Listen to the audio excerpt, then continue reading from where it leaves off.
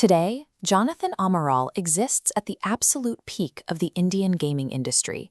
He generates millions of views, owns multi-million-dollar sports cars, and commands a brand that rivals mainstream celebrities. But strip away the luxury brands and the massive subscriber counts, and you find a teenager from Goa sitting alone with a smartphone. He spent thousands of hours in training grounds, repeating the same micro-movements and adjusting his screen sensitivity by fractions of a percent until his reaction times became automatic. Long before he carried the expectations of a massive fan base, his motivation was simple. He isolated himself to master the mechanics of the game. That mechanical obsession turned into a weapon when he joined Entity Gaming. He entered the competitive circuit and immediately out-aimed established veterans. He relied on a specific technique, the two-thumb gyroscope method. By physically tilting his phone to control weapon recoil rather than dragging his fingers, he achieved an unnatural level of stability in close-quarters combat.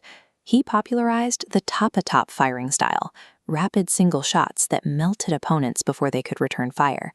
Winning 1 versus 4 engagements became a routine occurrence. He executed these high-pressure maneuvers sitting shoulder to shoulder with rivals in tense, open-air tournament venues, proving his raw talent scaled to live events. He dominated the kill leaderboard so thoroughly that the community crowned him the universal MVP, as he outperformed everyone else in the region by a massive margin. But immediate dominance creates a trap.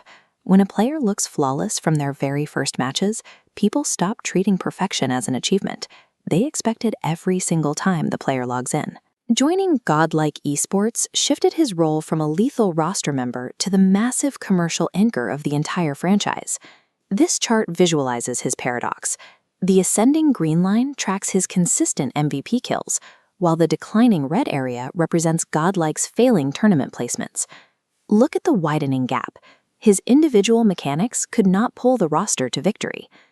This data clearly exposes the MVP paradox. A singular focus on securing individual eliminations can sometimes disrupt map rotation, leaving the squad vulnerable and lacking the synergy required to win matches.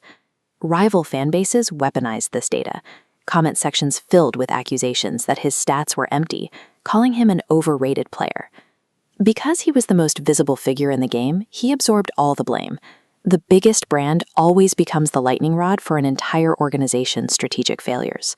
While the team struggled on the scoreboards, his personal enterprise exploded.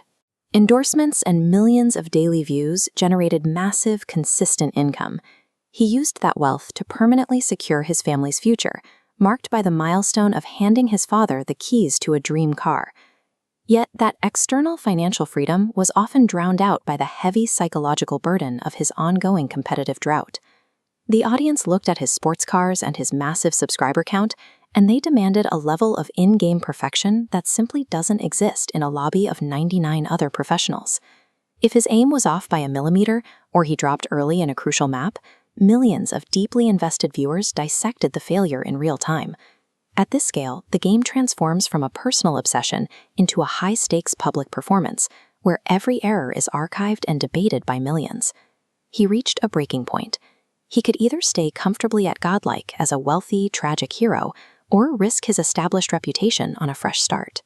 He sent a shockwave through the community by departing GodLike and signing with Team Apex Gaming. This transfer is a hard reset. He is taking everything he built over 5 years and placing it on the roulette wheel with an unproven roster to see if he can still win. He deliberately chose to walk back into the intense scrutiny of the competitive fire to definitively prove his critics wrong. The heavily scrutinized veteran carrying his gear into the Apex bootcamp looks very different from the isolated boy practicing in Goa, but the objective remains exactly the same: master the environment. It forces us to ask how we actually measure an athlete's greatness. Is it strictly the amount of silver trophies they collect, or is it their capacity to endure failure and start over? The car collection and the view counts are symptoms of his success, but his return to the competitive fire proves that his original mechanical drive remains unsatisfied. He is still playing for the one result that has eluded him: a major team championship.